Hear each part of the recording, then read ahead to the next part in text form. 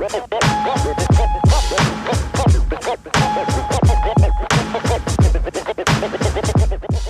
this is Pat Ricard, aka Project Pat, and you're listening to the Baltimore Beatdown Podcast, the best Ravens podcast on the planet.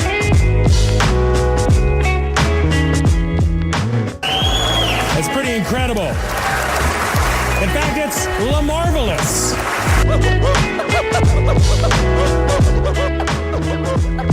Thank you, guys.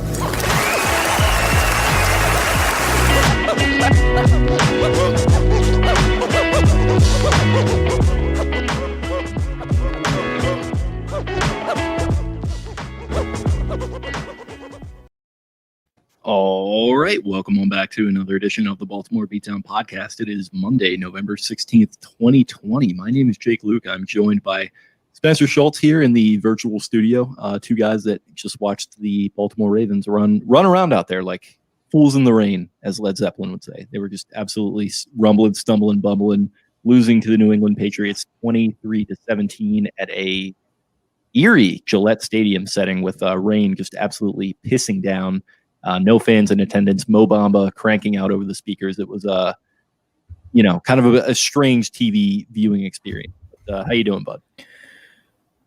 I like emotionally as a fan out of that game, or very early on, you could just tell. Well, not even that early on. Once that pick kind of happened, and then things started to unfold with the Patriots running the ball, and then the second half opening up, it was just kind of like I wasn't getting mad or anything, but just off the bat, I mean, go the fuck under center. Get under center. It's a monsoon. They can go under center. They run plays under center. They have plays under center. I've seen them several times. But like 4th and 1 or key situations, Skura didn't throw. I mean, Skura bombed 2 of them. There were 8 that were off the mark. Like 8 that were not. Like if the guy really is dealing with this, like whatever cut on his hand or whatever. I mean, it's pouring though. It's not even just that. It's fucking pouring and you're having problems with it. So go under center. But that's what I'm saying. Like if he is dealing with this thing and it is pouring, then I'm with you. Like what the fuck are we doing? Like making him throw the ball a mile behind him to fucking Lamar. he bobbled a couple of them, on his own. And like, obviously he didn't fumble anything. And like I said on Twitter, this loss is on our boy Matt Skura. I don't want to get too personal. I recognize the human element of the game, but he very much cost them this game. I am walking away from that thinking this, but it is what it is. It is. That shit was just out of control. Really, really, really, really out of control. And they pitter-pattered. The Ravens' run defense, you lose Brandon Williams. All of a sudden, they were just kind of like letting the Patriots come downhill. What do the Patriots do? What do we talk about on this podcast? They block. They get downhill. They double team. And we're idiots. We're fools. I'm not a coach for an NFL team or for any team right now. And they lose Brandon Williams, and the Patriots just come firing off the ball and basically run all over them for 3 quarters. This game felt very similar to the 2019 rain game as well against the 49ers, where the 49ers are just running outside zone. Patriots were running some power stuff, and it was like some inside, some B gap and some off tackle stuff. And suddenly, late in the game, it just clicked like, oh, blitz off the fucking edge, make them throw the ball. They didn't have to throw the ball. The only real successful pass they had the entire game was a receiver pass, a little throwback receiver pass. Of course, Jacoby Myers with a Nick Foles Super Bowl teardrop, beautiful throw. Of course, stupid Patrick. It was really sick. People were going after Queen a little bit. He dropped that right in the bucket, man. You could have Queen Jesus was there. Christ. It wasn't like, oh my God, Queen played that perfectly, but like on a trick play, he stayed with it. And he recognized what was going on. He got back there to try and make a play, and he just got absolutely posterized by, was it Burkhead that caught that? Yeah, he didn't get posterized. It just was like it dropped in the bucket. The throw couldn't have been much better. He will be on a poster, though, because the Patriots are just going to rip off however many wins, win the fucking Super Bowl, and then that stupid little Do Your Job documentary, part 3 or whatever it is at this point, is going to come out, and it's going to be like, oh man, that was really just a turning point in the season. We just dialed something up and it was perfect. And the NFL Films operatic music is going to go off and the rain is going to be coming down. It's going to be so picturesque and I'm just going to fucking hate watch it. And that's enough. Yeah, so that was a big one. Other than that, it was like fumble snap, 4th and 1, fumbled the snap down to what the Ravens own like 12-yard line. Let me get NFL GSIS up. Fumbled down to their own like 12-yard line on that play call. Who knows? I mean, who knows? Ingram can run up in there and shove his nose into the fan and maybe get a yard, maybe get stuffed, whatever. But that throws the ball away down to the freaking 12 or whatever it was. And then again, late in the game, you're mounting a comeback. Then again, it's the offensive penalty. It's just again. So at this point, Nick Boyle goes down. Disgusting to watch. Gross hit. Not that it was like an illegal hit or anything. It was just nasty to watch. It's raining and he slips. It's just a really unfortunate kind of situation. Yeah, his leg bends the wrong way. Boyle doesn't even like frown because he's he didn't even. I thought he was going to be like in tears coming off on the cart. He just had that blank Nick Boyle expression on his face. I was like, dude, you're tougher than me because I've had a knee injury similar to that, not as bad, I think. But granted, I was 11 years old, but I was crying like a biatch. Nick Boyle, tougher than Jake.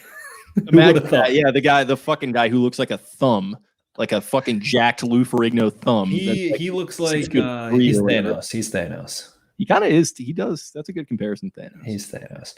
But yeah, I mean, the Ravens come out. They have a little drive. They end up punting the ball. Justice Hill gets an unnecessary roughness for getting pushed in. That was the first drive. That shit started it off. Justice Hill gets pushed into the returner and gets unnecessary roughness. Fucking trash. NFL officiating is absolute fucking trash, but continue. It is. And then Patriots get the ball. They move the ball a little bit. The Ravens end up holding up. You punt the ball. The Ravens go down, have a monster of a drive, a 13-play, 94-yard, 8-minute and 4-second drive. And you're like, all right, they're cooking.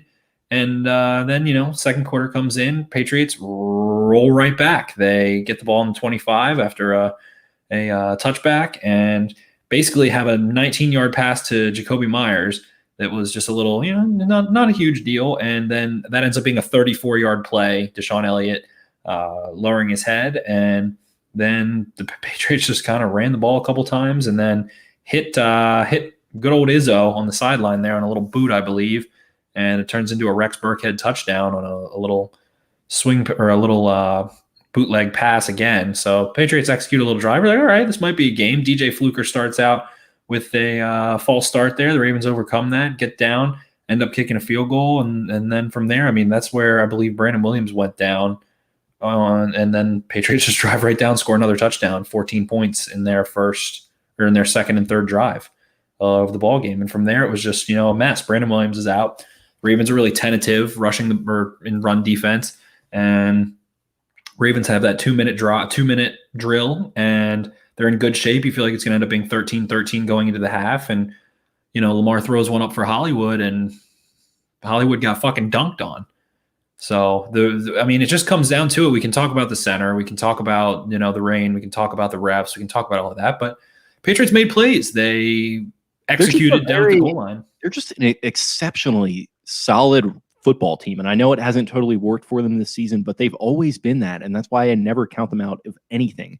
Their coaching staff is so solid, and the do your job thing, like as much as it is like a joke and it's them being, kind of a little self-righteous, kind of pompous Patriot way type bullshit. Like, oh, do your job. Like it's a real thing. Like it's Belichick just saying like, don't get too big or don't let your head kind of get too into it. Just kind of like go out there and execute every single play like you're supposed to, and just stack good plays and good plays and good plays. And like, I love John Harbaugh, but John Harbaugh is very much about putting emotion into it and kind of feeding off of that and allowing his team to feed off of that. With the Patriots, it's very unemotional kind of machine. Just do your thing. Maybe it'll work. Maybe it won't.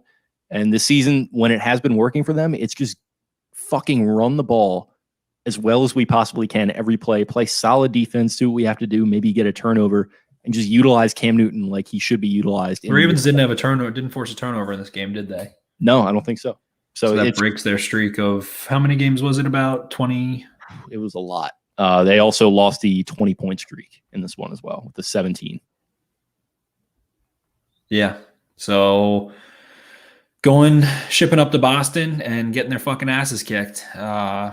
Not even really, though. It's just, I guess, on the defensive side of the ball. But yeah, you talk about the Patriot way, and what it comes down to is executing assignments, not trying to play hero ball. It's things like throwing the ball away. It's things like taking a sack. It's things like, really sticking with your route, with your landmarks, with the concept. But at the same time, they sprinkle in some fun stuff, some throwbacks, and always that kind of stuff. So Patriots have basically just played close games, other than a blowout against the 49ers, which was 33-3, if I recall correctly. Other than that, close game with the Seahawks. So team that is well coached and is averaging the fewest amount of penalties in NFL history, or whatever that stat is, 3 penalties a game. And the Ravens bite themselves. They don't even bite themselves in the foot. They chew their own fucking thumbs off and then slap themselves in the forehead. You know what I was just thinking before we got going? Like, they're not the Ravens are not they're not a bad team. They're not a great team, I don't think. I think they're firmly just a good team. And this feels like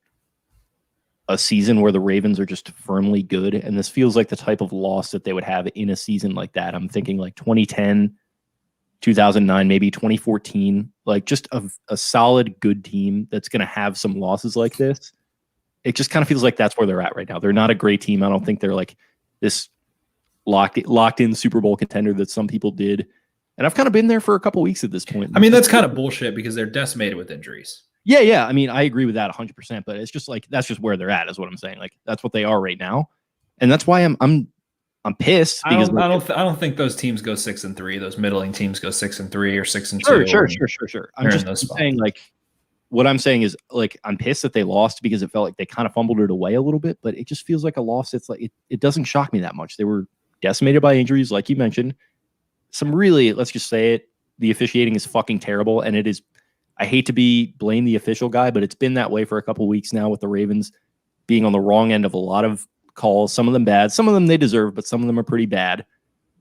Thinking about that spot for one thing, that was really bad in the fourth quarter. But it's like, yeah, it just is. This is just kind of where they're at right now. This doesn't shock me that much that they lost this game, which is kind of unfortunate, but also kind of liberating. Like, just set your sights on the remaining schedule. Don't worry about the playoffs. Don't worry about fucking Kansas City. Don't even worry about Pittsburgh. Don't worry about the division.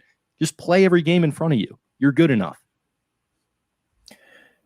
Yeah, and the one way I feel similar is maybe playing up or down to their opponent. They played up to the Colts, played down to the Patriots.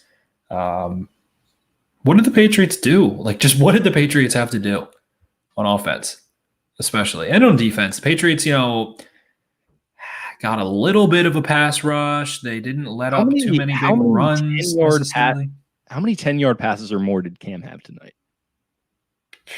Couldn't have been much. I think 3.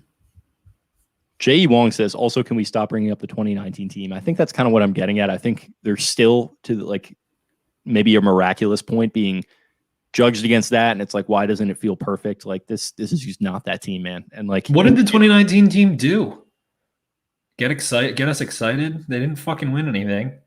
Yeah, exactly. They just sold tickets and sold jerseys. They didn't do anything anyway. That's the thing. Like, it's sick to like do that, but I mean, they didn't win a Super Bowl. Like, and I love that team. It's one of my favorite teams I've ever watched. But they won a division, and it's different. Great, but I don't know. Like, I feel like this team is good enough to beat a lot of football teams. I feel like they could lose a lot of games to those same football teams. They're just kind of firmly a good team, and like, we don't need to go too crazy with that. And like, obviously, there's a lot of issues that we're going to get into with some of the questions tonight, whether it be play calling, whether it be talent, whether it be injuries or whatever it is. It's just, they're in a weird spot, and it's just a grind of a season, and they're 6-3 right now, and that's not that bad.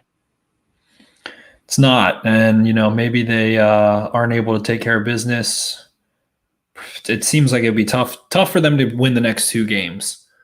And going 1-1, that's why I looked at this stretch of the schedule and said, 2-2, Colts, Patriots, Steelers, Titans. If you can go 2-2, that's really good, considering who they play down the stretch. And Titans are at home, right? Yes, Ravens have been on the road for 2 straight weeks. Yeah, they got to get Williams back, man. Like, Brandon Williams. I don't even think it's just Williams. Like, that's going to be the takeaway, but it's compounded with Campbell. Like, one or the other is fine, and they weren't getting gashed on the run game.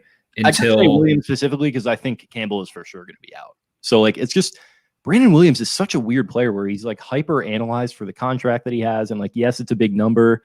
And like, yes, you feel it when he's out, and it's like, oh man, this is what happens when Brandon Williams is out. Like, see what happens. Well, he misses a lot of games comparatively. Like, I think it's just compounded when it's Fort and Campbell and Williams and Jimmy Smith, and Bonds gets hurt, Marlon's banged up. They're hurt. They're hurt on defense. They're injured and they're hurt. So they got punched in the face. They played an okay game tonight, I would say. Yeah, I mean, they didn't do anything. They got gashed in the run game a little bit, but they made a lot of stops late. But they made some big stops late, and they gave the offense a chance. And that's what I tweeted. Like, the defense has done their part the last couple of weeks. It was time for the offense to step up, and they weren't able to do it, frankly. I mean, no, they weren't. There's no other team. You don't look around and find another team. I feel like the only team that comes to mind is probably the Washington football team, where you might see them throwing the ball over their quarterback or their Wildcat running back's head in crucial situations. But it's just, it's hard to put into words. There's this missing mental fortitude offensively in terms of execution. And it's simple things: covering up the tackle, making sure there's 7 men on the line. You have to cover the tackle. The end man on the line of scrimmage has to be over. Is it 3 weeks? False start. Is it 3 They've had it at least 4 out of the last 5. I want to say 5 out of the last 6. The illegal formation. Yes. Like, yeah. I tweeted about it yesterday. I tweeted and said, "What are the Ravens going to leave the tackle uncovered tomorrow? Yes or yes?" Yes was the answer. And at this point, it's that kind of shit. It's the snaps. It's, having some weird plays against the Colts. Against the Colts early on, there were plays where the options looked mixed up. Like Lamar went to run a read option and it was a speed option. There's just little kinks. And what is that the result of? To me, that's a result of being down. Ronnie Stanley is a big thing there, having Fluker into the lineup. Fluker has 2 penalties in this game. Having a young, cheap fucking offense. I'm going to keep saying it. It's a young, cheap offense. They don't have veteran savvy. They don't have a stabilizing force that is communicating, commanding, understanding exactly what's going on. These guys are all still learning on the job. They need experience. And at this point, I mean, they are at the point now, they lost 2 straight. First time with Lamar under the helm. They've lost 2 straight. Their 20-game point streak is snapped. They don't have they don't force a turnover. So they were vanilla. It was a vanilla game. And the fact that it was close at the end, like they had no business being there at the end with how poorly they were executing on offense. No business really at all. And defense. They were getting completely gashed defensively. They can't snap the ball, can't line up correctly, can't win one-on-one on the outside. And it's kind of feeling to me at this point like I want to compare them to the Texans in a way. And it's more so kind of last year's Texans into this year, and it's at like much more of a neutral level where there's just not enough IQ in the room. And like Bill O'Brien is the difference there, but the offense doesn't have the IQ, the veteran player, the impact players aside from Deshaun Watson. They had DeAndre Hopkins. That was a little different, but at this point, it's like expecting so much out of the quarterback with so little plan to take pressure off of him. And in this game, they started out opening it up. The opening script was really good, especially that second drive. They kind of got off the rails in the first one. Some things were weird. The Patriots weren't really pass rushing in weird ways. Then they script a beautiful drive. The script ends, and the offensive line doesn't know what the fuck's going on. They're committing penalties. They're snapping the ball over their head, all these different things. So it just feels like this experiment of putting a bunch of money on the defense, watching it get hurt, and then forcing your young offense to have to try and, compensate and pick up the slack when the defense can't. And they couldn't do it. They couldn't muster together a half of football. Last week in Indy, they mustered 1 half of football together, and it was amazing. And that was so great to have one good half of football. Now we see a drive here, a drive there, and then the classic stupid cheesy phrase, 1 step forward, 2 steps back, except it was 15 steps back and a ball was thrown over your head from the fucking snap. And it's like, I'm sorry, at this point, this one's on Greg Roman. Go under center, man. Go the fuck under center. After the second one, like after the third one, you don't start going under center a little bit. After last week too. I mean, we already saw this happen. And it's not like Skura's always been like, this has been a problem for Skura. I don't care about the hand. I don't care about the rain. This has been a problem for Skura over the last 3 years. He throws knuckleballs. What was the Chargers game? Do you remember how bad it was in the Chargers game in the playoffs? Yeah. Those were the knuckleballs. Lamar's grabbing it with one hand, fully extended off of his arm. I think it literally, maybe I'm wrong. I think it literally goes back to Flacco. They were like, yes, it does. Yep, it does that year. Yeah, they win a game miraculously, and like there were a ton of bad snaps. And Flacco went out to the press conference, and he was kind of like smiling and winking, like, "Oh, it was great, it was perfect." And it was like, "No, dude, like this guy has an issue, he's got to fix it." And now here we are, 3 years later, or whatever it is, like still dealing with it. Yeah. So I mean, and there's this thing, but people are going to rip Skura apart, and Harbaugh blamed it on the rain. I think that's bullshit. I don't care. At this point, listen, rip him apart. Be professional about it, dude. It's nothing other than his snaps. It's just nothing other than his inability to snap the ball. I have nothing to say about the guy other than that he struggles to snap the ball. And it says more about Harbaugh and Roman and everyone involved. I mean, Eric DaCosta, I'm even lumping in there too. Joe D. Somebody has to be like, hey, man, what the fuck are we doing here? You hitting on DaCosta there, I think, is important. I'm going to go ahead and do a little mea culpa for myself. We talked about this whole buy the defense, draft the offense, young and cheap offense. Like we talked about it plenty even before the season. And I was riding that EDC train thinking like, yeah, this is a good idea. They're probably going to be fine on the offensive line and they'll make it work at the skill positions. And Roman is going to help make it work. And to this point, it hasn't. I mean, they're still, I think, a good football team, but they're suffering on offense right now. And I'm going to go ahead and say it. They do probably need a little bit more talent, at least at some spots. The injuries have not helped, certainly, but I think pass catcher, you're lacking a little bit there. You didn't get that third tight end. You didn't really, you did more at wide receiver than I think some people are willing to acknowledge. I think Duvernay has, been pretty good this season. I'd like to see him get a little bit more involved, but yeah, just maybe a little bit more investment on offense might have been good. I don't want to totally go crazy on them for that because they probably forego doing so to go and get somebody like Campbell or whoever else it is. So they made good investments, I think, but it did come at the cost of some other spots, and it's hurting right now. It's hurting Lamar.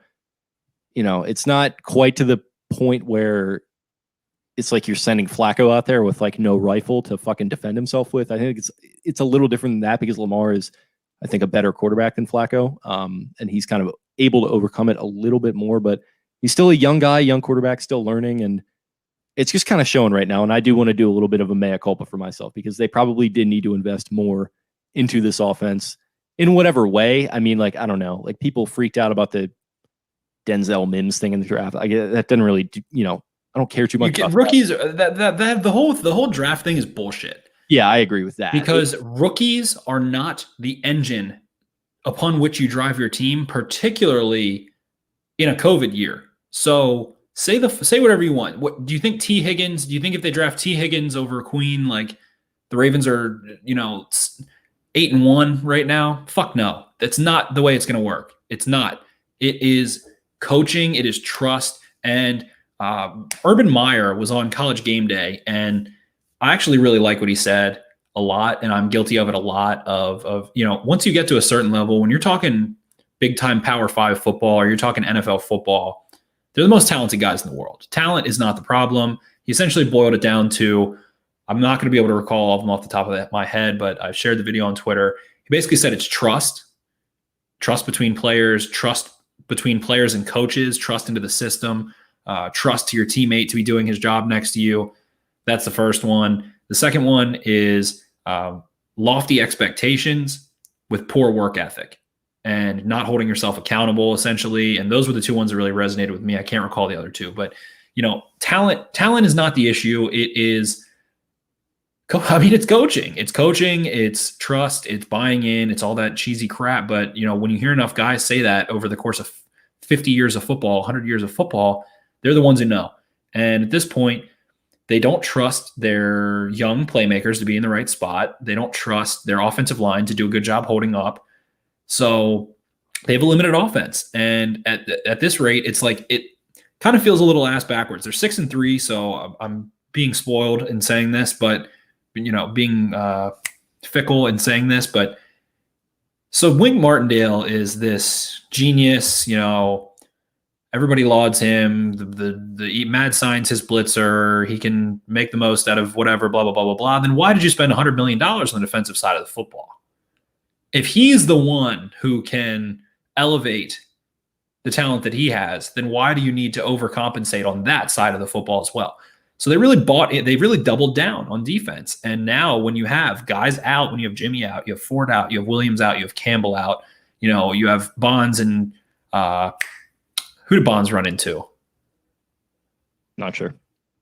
Wolf, someone. Bonds collided with someone. Yeah, it was Wolf. They were both down. When you have these guys getting banged up, getting hurt, then you just have a team that can't fucking stop anyone and can't score. So I think we see that, and I think this year's been a little bit of an experiment. We don't know how it ends, but now they know you can put money on the defensive side of the ball and rely on that and ask a lot of Lamar Jackson. But when injuries inevitably, and the Ravens have been extremely lucky, in my opinion, in the last couple of years, especially last year with injuries. Mark Andrews was a little banged up. Mark Ingram was hurt, was injured. And other than that, they had most of their starters. They lost Tavon, I think, and that was like it. I'm sure there was a couple more I'm forgetting, but they had most of their ballers. And this year, they have a normal year. Guys are getting hurt. And at this point, you kind of see now, if guys get hurt, we still need to be able to score at its core. So this ideology feels a little bit flawed in an offensive league, and they tried to flow the other way, but here we are. You couldn't stop the Patriots, who can't throw the football, because you have Campbell and Williams go down, and you lose the game. You don't have an offense you can rely on. And of course, you can make excuses, the monsoon, the refs, this, that, and the other, but they couldn't do it. And that's been kind of the theme. They can't do it when if the defense doesn't shut them down. Lamar kind of in this game hit Mark Andrews in the chest, made plays, made good decisions. He has the one after the fumble goes over his head, he throws one that could have been picked, but Willie Snead couldn't catch, Mark Andrews couldn't catch, and neither could McCourty. So it is what it is that way. And it's just going to be a continued learning process. And this team has some adversity they're going through. And at the end of the day, that's a good thing. So we'll see how it turns out. Ready to answer some questions? Yeah, let's do some questions. Let's do the Twitter first. Let's get some. That one's been up a little while. See if Instagram can trickle in a little more. We got Tim coming in hot with a meme to start us off here. I don't know entirely what it's referencing. I thought it was Watchmen whenever I heard this line, but it might be for Avatar or something. But when the world needed him most, he vanished, and it's Hayden Hurst photoshopped running over a mountain and with the sunset in the background, which is kind of sick. I don't know if you can see that at all. It's a pretty good meme, I thought. Pretty solid. What was it? I missed it a little bit. He's against the sunset. I don't know if that's. Who is it? I don't know. It's Hayden Hurst, and it says, "But when the world needed him the most, he vanished." I thought that was a solid. That's a good one. Yeah, that's a good one to get us started. Yeah, and Luke Wilson, man, sign him. Just do it. Luke Wilson is not ideal, but you have to sign someone. He's been around. Yeah, that'll be great. That'll be great. Yeah, sure. Sucks. Boyle now gone. And I'm going to blow smoke up my own ass. How many times did I say, what happens if Boyle or Andrews goes down? We're going to find out, Jim. I've been saying that since they traded Hurst and didn't draft anyone. There wasn't really anyone to draft and didn't sign anyone.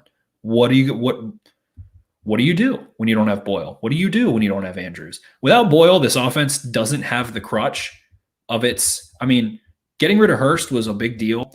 Losing Boyle is the deal in terms of running the 12 personnel, the 22 personnel shit. He is a tackle that can catch the football well. I think as much as it is a tough loss, we do need to once again, for the millionth time, reiterate that Hayden Hurst wanted to leave, and that's why this happened. That's not even, yeah, but that has nothing to do with it because they didn't replace him. Oh, yeah, for sure. They didn't sign anyone. They didn't get a third tight end. They were like, oh, Pat Ricard will fill in, and then we'll just rely on Andrews and Boyle. And what are you effectively doing? The more they play, the more likely they are to get injured. That's how it goes. The more snaps you play, the more likely you are to get hurt. And without having a third guy, I mean, Ricard can go fuck around in there, but I love Ricard to death. He's a great blocker, but it's just not the same as having a guy that can adeptly go catch the ball and be a little safety valve, and you can rely on him to, be on the same page with Lamar, work in the red zone, just be a nice little safety valve.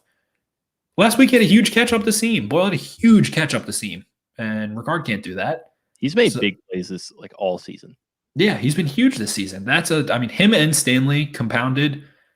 That's devastating, and it's going to be tough. But it's going to in the long run, if he's able to recover, I wish him a speedy recovery. It really sucks. He's such a good dude, such a hard worker, epitomizes being a Raven, all that good stuff. But it takes the crutch away, and the Ravens are going to have to throw the fucking football now. You're not going to be able to line up and bully people with Ricard and Boyle, and it's asking a lot of Andrews. And God forbid Andrews goes down. Then what do you do? Jumping, I guess, kind of into one that sort of relates to that from Joe Anthony. I know Roman is defended a lot, but can we talk about the lack of passing complexity to this offense? Why doesn't Hollywood get more slot work? Pass game looks stuck in quicksand. Everything that could go wrong today did. What do you think? I don't want to comment to the passing schemes. I know what they are. It's mesh, it's levels, it's flood, it's that same shit, and a lot of slants, RPO backside slants and stuff, and it worked.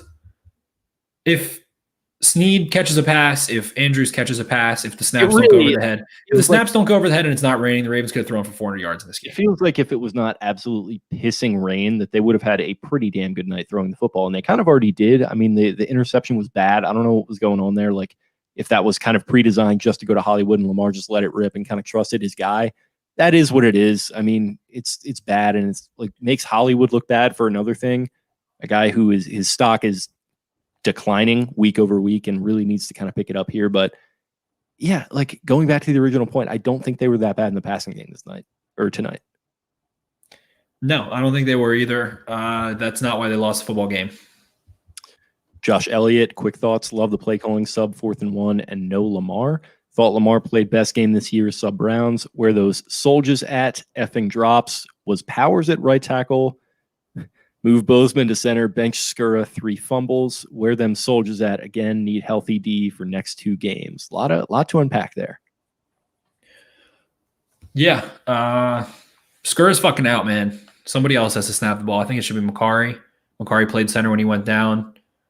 I think Makari's more mobile. I think he is a generally more effective blocker overall. We got to get Morgan Cox on the horn with Bryson DeChambeau and get him just fucking jacked up and just drinking protein shakes every 2 hours, and then he's going to be however big he needs to be, and then he'll be the center and he'll snap it and we'll be fine. Morgan Cox rocks. Yeah, they're fucked on the offensive line. They're fucked.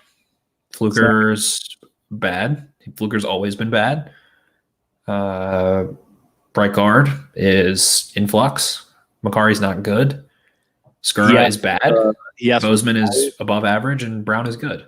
He asked, was Powers at right tackle? Do you see anything that would indicate that? I was working during this game, so I wasn't heavy super watching into detail, but we will see when I rewatch and when they announce the snap stuff tomorrow morning. Julian Bosch, what the fuck do we do about the injuries in the past 2 weeks? Know any big men who could dress up and at guard because we need anyone we can get? I don't know. I feel like they just kind of got what they got, and it's going to be a tough grind the next couple of weeks while they're trying to get more healthy. Yeah, they're going to be behind the 8 ball for sure in terms of talent stuff, and injuries are going to keep happening. One of those guys you're complaining about is probably going to get hurt, and then someone worse than him is probably going to replace him. And it's like, oh God, that guy, like we lost him. It's like, yeah, that's just kind of where they're at. Ben Wax, Lamar is not at fault for this game. I also feel like well-coached teams pick on Queen a lot. Thoughts? I think that's probably a pretty good point. We were kind of talking to PFF Gordon a little bit on Twitter about how Queen is kind of maybe being a little overrated as far as like the rookie of the year conversation goes. And like, it's like the point I made, like rookie of the year conversations and like how they're actually playing are two very different things sometimes. So I don't know. Like he's definitely had a little bit of an up and down year, hair on fire type player, a lot of production, especially as far as tackles go, which not always the most important stat, but he does get victimized here and there. And like we've been saying, what happened? He had a teardrop dropped on him on a trick play, and what else? I think there were two, like maybe 2 or 3 other plays that people were kind of pointing out as well, but I don't know off the top of my head. I remember Chris Collinsworth putting on a highlight reel of all the plays he made in the first half. Here's a guy with type 1 diabetes coming in here and playing some really good tight end for you here at the position for the Ravens. It's amazing. Yeah, and then he drops a big fucking ball right in his tum-tum in the most crucial moment. It was quite deflating. That was fucking sick when he said that, though. Here's a guy, Al. He's got the insulin on the side. I know you fucking laughed at that. I laughed out loud when he said that. I didn't even hear him say. I was working and I didn't like register that I heard it until I saw that you tweeted it, and I was like, oh my god. I don't need to listen to it to know what he said. It was so quick and nonchalant. I was kind of tuned out too, and he's just kind of in one of his diatribes about a player where he'll talk for like over a minute sometimes, just like gassing them up. And he's like talking about Andrews that whole time. And then he's nearing the end of it. And he's like, and Al, here's a guy who has type 1 diabetes. And he I forget what he closed it out with. Then it was just over. And like I tweeted it out. And I think a lot of people didn't hear it because Ryan, listener to the show, tweeted at me. He's like, dude, what the fuck is this? And I'm like, he actually said it. Like, if nothing else, I mean, that's a silver lining that I got that in this game. It was great. It was fun. I enjoy him and Al. It was nice. That was a nice part. We don't get a lot of these Sunday night football games. It's great to have those two gents on the call. They do a nice job. They do a good job. And NBC in general is a nice little broadcast. But ultimately, tough couple weeks coming up. If the Ravens can steal one of those two, they'll be in good shape. So that was, I think, the summative finishing part of that question. I don't even remember what the question was now. Yeah, there was a lot packed into one. Mike Champagne, how does the defense stop the run if DL injuries continue to fester? Crash from the outside. You have to crash, and that exposes you to quick outside passes and shit like that. But if you can't stop the run, that is the priority number one. And then being able to go run and chase and tackle in the flats after is then priority number 2. So we saw them do it. We saw them do it against the 49ers, like I mentioned. You have to slant one way and crash wide from the outside. They've had Marcus Peters do it a couple times last couple weeks, and he got a little pissed off again. I love when he's pissed off. He plays so well, especially against the run. But you have to crash, and they did eventually, and they shut the Patriots down. At the end of the day, this was such a rainy game that it's a wash. But they made the adjustments, and they moved on. So just couldn't get it done in the end. Chris Lehman, what the fuck, guys? I'll take just about anyone else to fill in at center next week. Had that second touchdown in sight. But anyway, does Lamar have enough around him to win these next 2? I have major concerns with OL, not to mention tight ends, and obviously lack of production with 15 and Duvernay. I've not been confident in that Steelers game. I don't think they're going to win it. I think they can beat the Titans. We'll see. We'll see what the injury report looks like. I don't know. The Titans are a hard team to get a grip on, get a read on. They got pretty embarrassed by the Colts. So if the Ravens defense is healthy, they might be able to do some similar things, but it's looking like no Campbell. We'll see about Brandon Williams. If there's no Campbell and no Williams, there's no win, in my opinion. He also thought Elliott was really poor tonight as well. Also can't help but think Ravens were busy looking ahead to next week, and it led to them to get run over. I don't know if I agree with that. I don't think they're busy. I don't think Harbaugh takes Patriots lightly. I don't think they take the Patriots lightly. A lot of Ravens players, DeCosta didn't take this lightly while he's management. Ricard was really excited for this game.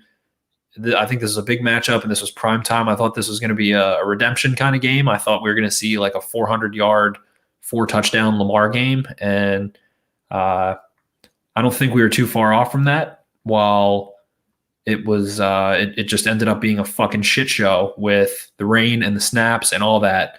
And the Patriots kind of started at the end of the game. They were just rushing 2 because they're like, all right, well, no one can catch the fucking ball. It's monsooning.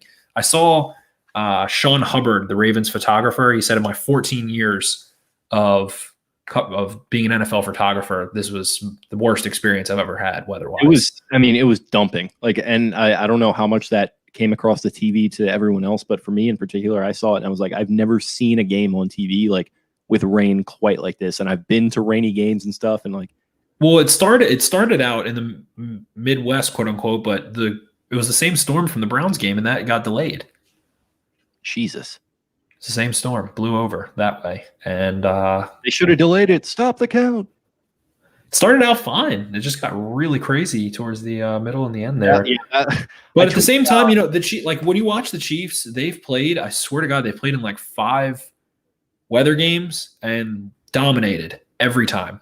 Every time they've done Mr. 2019 nostalgia, but they played in plenty of rainy games last year and they did fine. Seahawks was a little rainy. Yeah, 49ers. There was more rain. There was more than that. There were a ton of rainy games last year. I can't think of them off the top of my head, but there was a bunch. There was 5. Brian Doss, do you see any silver linings from tonight's game? I think Lamar played okay, and I feel like Lamar played really well. Yeah, I feel like if he gets a little bit better of a supporting cast around him, or maybe these guys that are filling in start to get into a groove. He threw a freaking strike to Willie Snead. He had led an efficient drive. He made good decisions. He threw the ball away. He took sacks. He checked down multiple times. When the opening game, they ran pop passes, screens. He checked down, and they were moving the ball really well. It was just taking the low-hanging fruit, the stupid phrase I always say, and it was going well, and then the first half was just gone. They kicked a few. Willie Snead, another silver lining, a guy who I thought would have a big game. He really stepped up and kind of in a different way than I was expecting, but he made plenty of plays, and he's just been the guy that he's been the last couple of weeks, who's just absolutely he just doesn't give a fuck. He just says, okay, I'm going to do it myself. You guys aren't going to fucking do anything. I'm not the most talented guy. I am not, Hollywood Brown with whatever 4.2 speed. I'm not Miles Boykin with the size, but goddamn it, I am going to outwork you, and I'm going to fucking find a way to get open and make a play. He's just been doing that the last couple of weeks, and I respect the shit out of him for it. Willie Snead's been balling for sure.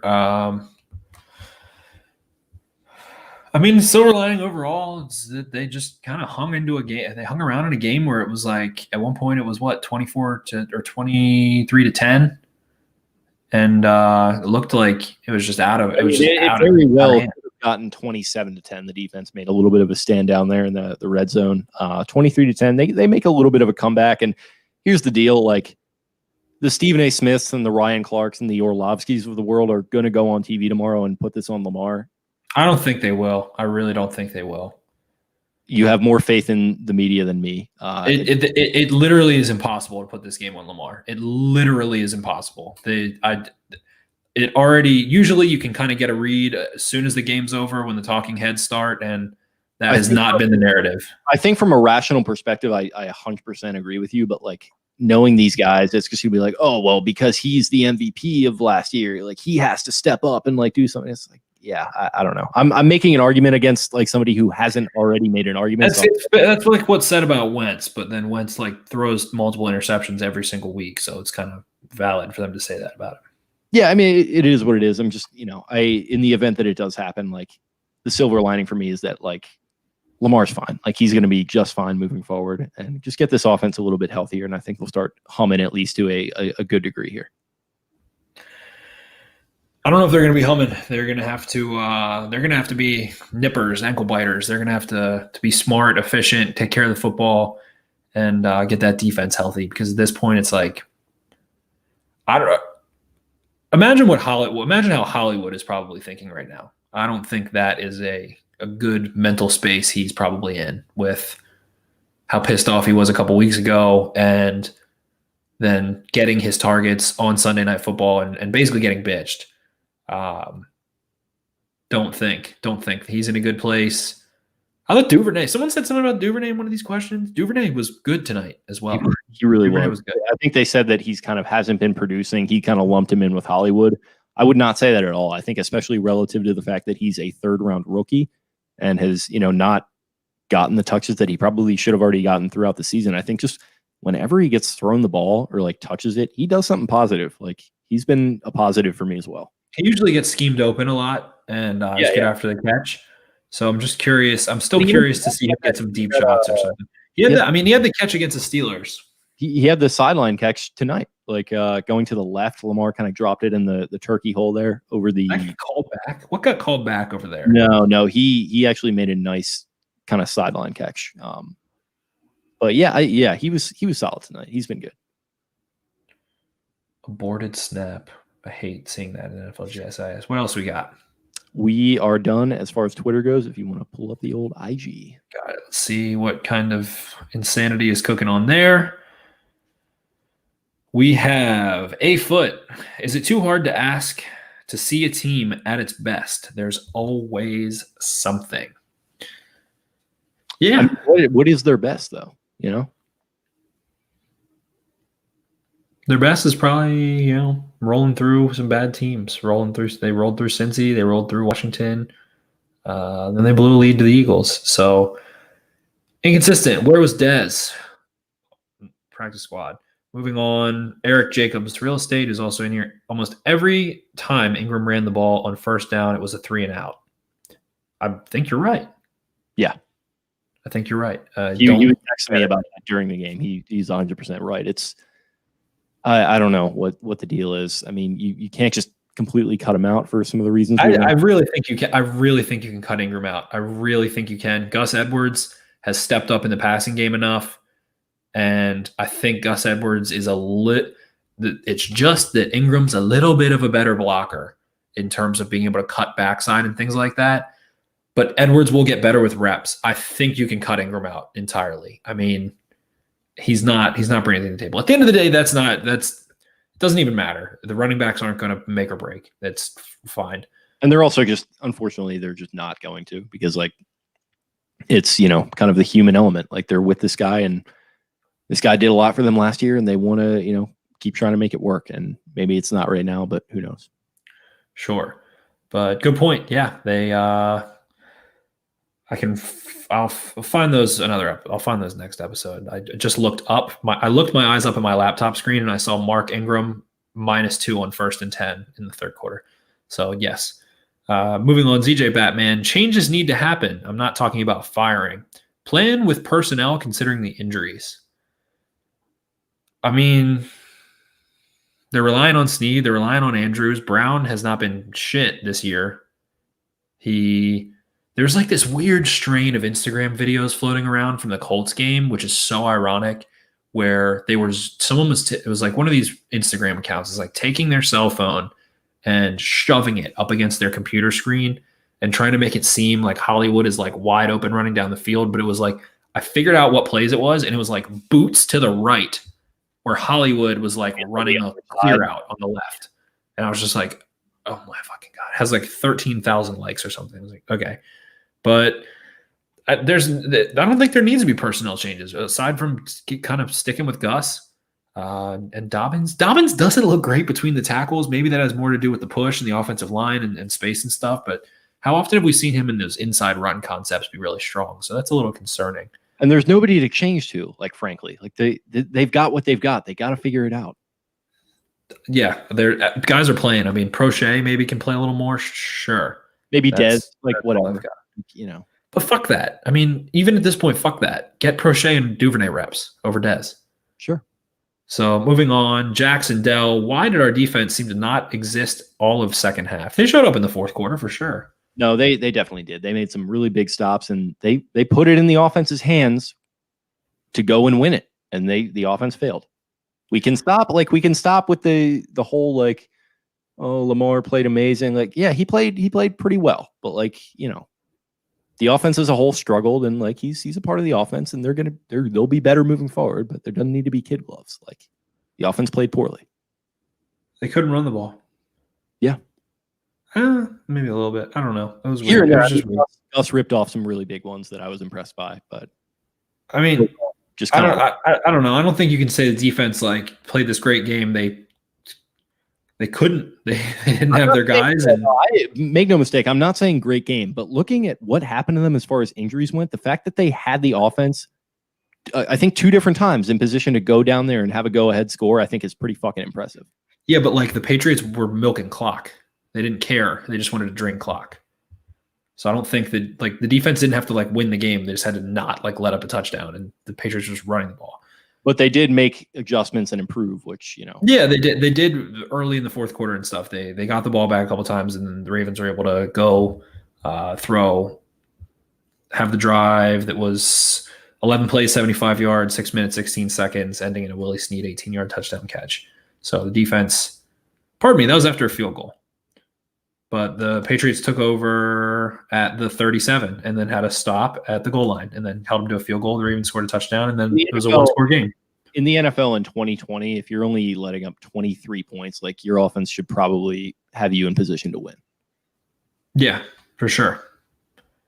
But it was, they fucking throw the ball. The center throws the ball over the head, whatever. Moving on, Josh Skinner, 5991. Every week an illegal formation ruins a drive. Why so many this year, and whose fault is that? It's the receiver's fault. The receiver has to, the illegal formation works this way. It has to be 7 guys on the line of scrimmage. They have to be up at the ball, like just before the ball, on the line of scrimmage. There's guys who are on, there's guys who are off. And the end man, meaning the furthest player from the ball, so usually a receiver, has to be on. So they have to, quote unquote, cover the tackle is how they phrase it. So if Duvernay is the left wide receiver, the boundary wide receiver, furthest to the sideline, and he is not on the ball, on the line of scrimmage, his toe isn't, then he doesn't cover the tackle. That is an illegal formation. And they do that all the time. It's on the receivers. The linemen are not a part of that. The linemen are on the ball. That's not what it is. And sometimes the refs will call it different ways. Like they'll say it. They'll be like, oh, 79, like illegal formation, number 79, Ronnie Stanley. No, he can't fuck up. He's on the ball, on the line. So it's the receivers, and it's those young receivers, and they keep doing it over and over and over and over and over again. So yeah, that sucks. Maybe Dez would be better in that department. Moving on, ZJ Batman. Oh, wait, here it said that. Koji Berra. Do y'all think they'll start trying Powers or Macari at center now? It has to be Macari at center. They're not going to, actually. I guarantee they're gonna trot Skura back up. No, they are, but this was a catastrophic game, and it can't be understated. Like he cost them this game. Like I was talking about how the defense put them in position, and they did. And like the offense outside of him, they kind of did what they had to do as well in certain points. You have the turnover, that is what it is. But man, and I don't know, I like Matt. He seems like a great kid. Like came back from that injury and everything, but shit, he is just not playing well this year. And he really wasn't even that good last year. He played on a good line on a great team, and he was like above average. He was like a top 12 center. Looking at looking at the penalties, those are mental errors. That's I can see that, and I kind of see it as the same argument for him. It's one thing to get blown up and dominated, in the middle of the line as a center, but you got to get the fucking snap right, man. That is what you're out there for. That's day one shit. You got to get the snap right. That's day one of being 7 years old and playing football. And he's been fucking it up the last 2 weeks, and it bucked its head in the worst way possible tonight. And I compound it onto not going under center. Yeah, and he needs to be something's got to happen, but it needs to be called out. He's got to fucking either get it together or just pack your bags, because this is just not good. Not good at all. Moving on, Fluke with a V. The hit on Boyle was absolutely led with the helmet. Slow it down. No flag. Hit the refs. It doesn't matter. You can lead with your head if you're not hitting someone in the head. You can lead with your head to hit underneath, at someone. You can dive at someone's legs. That doesn't matter. Moving on, B-Rose 931. Does Ben Bredesen make his debut before the season ends? Debut in playing time wise, I have no idea. I have no clue. I'm not gonna pretend like I've watched a ton of Bredesen tape, but I know Cole loves him a lot.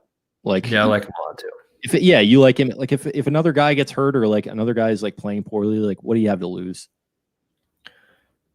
Yeah, we shall see. At Sadek. Two-parter, the Skura situation. I guess he means what to do. Two-parter, the Skura situation, what to do. They're going to trot him back out there, I feel like. Maybe not, but Harbs blamed it on the weather. But there's an excuse last week. There's an excuse this week. It's happened before. Shout out to everyone's favorite Bernard Pollard, who has pointed out that Harbaugh has his guys. Skura feels like a Harbaugh guy to me. Yep. I fully agree with Crush Boy 31 there.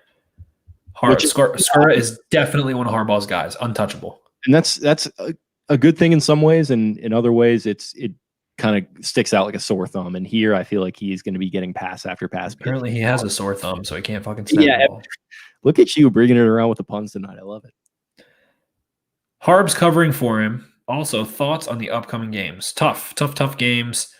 I don't want to say they're gonna be 6-5, but if there's no Campbell and there's no Williams and there's no Boyle and who knows? I mean, Jimmy feels like he's been teetering for a long time. Tramon Williams played secretly well in this game too. I just wanted to throw that out there. He had that nice tackle in the open field. He looks solid. Yeah, Tramon Williams looked good, but Jimmy has been teetering on the edge, Al, for a while. This is a guy who plays well when he's healthy, but he's not always healthy. But he is healthy, and he's got it going, and he has the long sleeve shirt kind of rolled up, and his forearms are glistening out there, and he's making tackles and jumping up and doing the crossing hand sign. It's just one of the more tremendous things that you can see as far as the Baltimore Ravens go. Jimmy Smith is truly a national treasure. Well said. So he's been teetering, and at this point, it's like I said, if they win one of those games, they're in really good shape. If they get to 7-4, they're in really good shape. But the Titans and Ravens game is going to be like very weirdly ironic in a way. Like it's like two teams with winning records. I think they have the same record, don't they? Yeah, they might. I don't think the Titans are 5-4. I'm pretty sure they're both 6-3. They're two 6-3 teams that very easily could not be 6-3, that don't necessarily maybe deserve to be 6-3, that have dealt with kind of their identity going away. The Titans defense has not been good at fucking all. They have injuries. They've been very banged up, both sides. The Titans traded for King. The Ravens traded for Ngakoue. Henry is not doing crazy Henry things. He had one big game, but other than that, Lamar not doing crazy Lamar things. One big game, but other than that, like two teams that are kind of a mirror image of each other in ways that are banged up. They've lost to some good teams. They've beaten some bad teams. And I think the Titans probably beat one good team. The Ravens beat the Colts. The Colts are a good team. So I feel like they're pretty similar to each other, but the Ravens brought in Campbell, and they have Williams, and they brought in Wolf, and they drafted Queen, and they drafted Harrison, and they brought back Ford, and they traded for Ngakoue. And now like half of those guys are going to be missing potentially, and the Titans might run all over the fucking Ravens again. And that would really, really suck. It feels like that game is going to look a lot like this one, hopefully not weather-wise. So we're going to see what happens. It feels like it's going to be stylistically a similar matchup. And I feel like I feel like the Ravens are just going to say, we are not losing to Derrick Henry, and we are willing to lose to A.J. Brown and Corey Davis and that crew. And Tannehill might make a couple throws or something. They have some, they think they play Lamar with some sort of fucking blueprint or whatever, blah, blah, blah. That'll be the whole narrative, I guess. 7 defensive backs out there. That's all you have to do. Yeah, the old San Diego Chargers. The old Carson City Chargers. Southern California Chargers, brought to you by fucking student debt and SoFi. Fuck the Chargers. Fuck the Chargers. So upcoming games looking weird. I still have some weird feeling about that Steelers game. I think it's going to go well. I love to hear it. I need some pick-me-up on that one. I just do. I think I think the Ravens have a really good idea for how to play the Steelers. They have for quite some time. The Ravens lost that game. The Steelers didn't win the first matchup. If Campbell's out and the injuries have just continued to mount, I mean, I keep forgetting they don't have Boyle. So they might lose both of these games. I keep forgetting they don't have Boyle. It's going to be a shit load on Mark Andrews. Like Mark Andrews is about to have to go into a cryogenic sleeping chamber and that is inside of a bucket of ice, that is inside of a bottle of Motrin over the next month, because he's about to get his ass whooped playing like 85% of snaps every single game. But at the same time, if he can do that and do it well, then he proves he's worth like Kelsey money. So we need to get Mark Andrews living with Rogan and just doing hyperbaric chambers and eating elk meat and just getting more jacked, just doing what he has to do. Doing what he has to do. So moving on, we've got the great Josh B. I posted my question to y'all on Twitter, but F this game, man. Yeah, it was a shitty game. Shitty walk. Shitty. Welcome to Shitty Walk. Shitty game.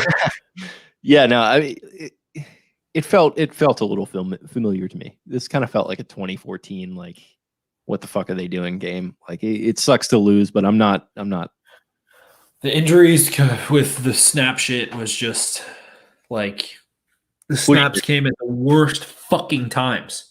They did, yeah. It was a money play every time. Just fucking sailing out. Fourth and one. Just gonna throw this into the parking lot. And you know what really fucking sucks? And this is how fucking shred Lamar Jackson apart about is the fact that he can't fucking QB sneak, because a lot of these fucking issues will be solved if he knew how to fucking QB sneak, and it's really not that fucking hard. I was gonna say, it feels like kind of a quick fix, doesn't it? Yeah, he's not good at it. He's not good at it. In the Titans playoff game, he fucked that one up and ran around in a circle and didn't just shove his head up someone's ass and drive his legs. For some reason, so they're doing this wildcat bullshit, and they did it against the Texans, so they thought it was going to work, and then it's in a fucking monsoon, and you're literally. It's one thing if you have Lamar back there in pistol or in shotgun. I get it. I get that. You are taking a 2 or 3 foot goal to line to gain and turning it into a 4 or 5 yard problem. And if it's because you want your gazelle quarterback to run to the sideline and do some shit like that, I get that. But what the fuck is Mark Ingram doing back there? What the fuck is Mark Ingram doing back there? It's on your own side of the field. That is like the whole Roman kind of getting too cute and getting a little too frantic. That definitely feels like that right there. So what the fuck? They can't line up under center and fucking do a quarterback sneak. Why? Say what you will. Not do it. Go do that or hunt the fucking ball, man. Say what you will about my guy Joseph Vincent Flacco, but when you get that fucking football to 4th and 1, it's over. He's going to convert it every single time. Yeah, gigantic.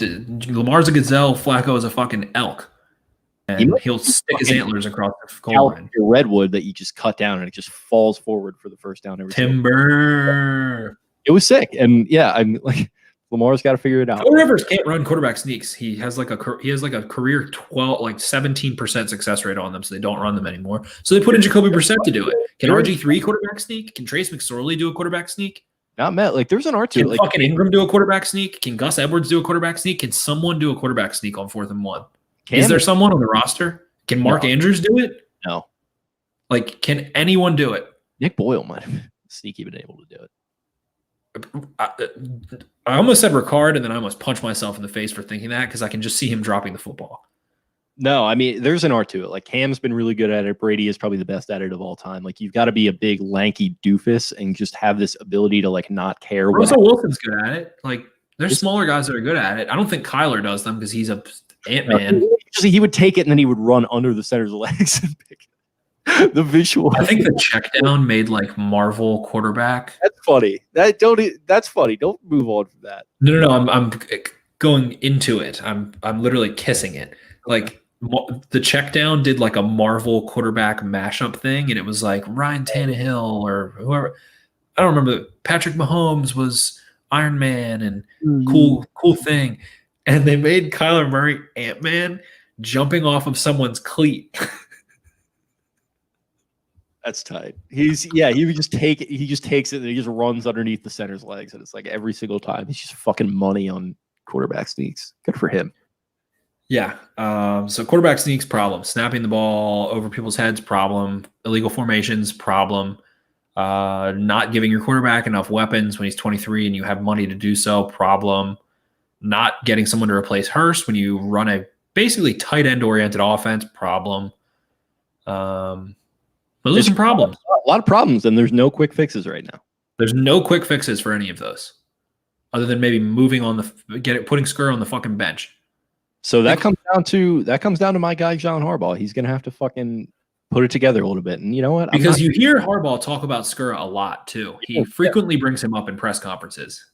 Yeah, he likes his guys. And listen, I'm not gonna. He's done this before. He's put things together when it doesn't look exceptionally great. So. Well, I hate to call Ben Powers Bryant McKinney, and I hate to compare the Super Bowl winning team to this team, but that team really fucking sucked at one point. That team stunk. There was no reason why they should have. I shouldn't say no reason, but I mean the way they looked at times, like the fact that they won a Super Bowl is absolutely baffling. The fact that they beat the Broncos after the Broncos, basically, I almost said very many very bad words. Yeah. I shouldn't even say on here. I shouldn't cross that line. But after the Broncos did whatever the hell they wanted to the Ravens in Baltimore, and the Ravens would go to Denver and basically hold Peyton Manning to 21 points over 6 quarters, was just two different worlds. And I think Matt tweeted when that picture of like when the Chris Harris pick six happened and that picture of Flacco just face down on the turf started circulating. I thought the season was over. And then he's kind of like making the comparison to tonight with all the box snaps. Who could say, honestly, you know, I personally don't love the comparisons because it just feels a little cute. And it's like, that's probably not going to happen again in our lifetime, but who knows? Who knows? Who the fuck knows? But chances of Snow 8.0, chances of succeeding in the postseason considering our injuries. The postseason is like a mythological creature. Like it's the fucking boogeyman. It's like the abominable snowman. It's chupacabra. Like people have these theories and things about like what it takes to win in the playoffs. But at the end of the day, like the fucking ball has to bounce your way sometimes. Like teams like there was a matchup between when Derek Carr got hurt, it was AJ McCarron and Tom Savage playing a playoff game, if I'm not mistaken. Raiders, AJ McCarron playoff game. I'm Googling it real quick. Connor Cook, you're thinking of?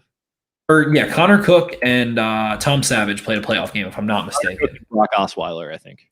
Brock Osweiler, there we go. Like that shit happens. The playoffs are strange and peculiar. No one thought the Titans were going to beat the Ravens. Like that shit just goes weird in the playoffs. Like think about the Texans-Bills game in the wild card round last year where Josh Allen is flinging the ball over his head and doesn't turn the ball over. Like just for no reason, just lateraled the ball with two hands like Granny tossed it over his own head.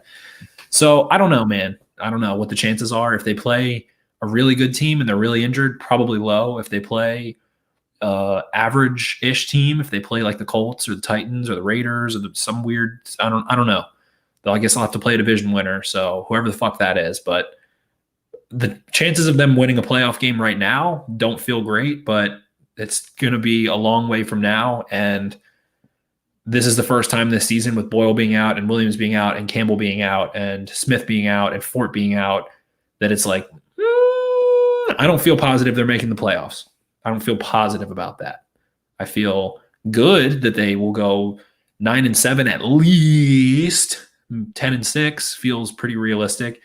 But, you know, this week people on Twitter are like, 13-3, they're going to fucking win out here. Like 14-2 feels pretty realistic with 13-3. And I'm like, okay, well, why don't you take out Boyle, take out Stanley, take out Campbell, take out Williams, take out all these motherfuckers, and then talk to me. Like more are going to keep getting hurt. That's the thing. Like it's not over. More starters are going to miss games. So Boyle's out for the year. Stanley's out for the year. Campbell's out for a couple of weeks. And there's more hurt guys. We're going to see the injury report. Guys get hurt in practice. Guys get hurt in the games against the Titans, against the Steelers.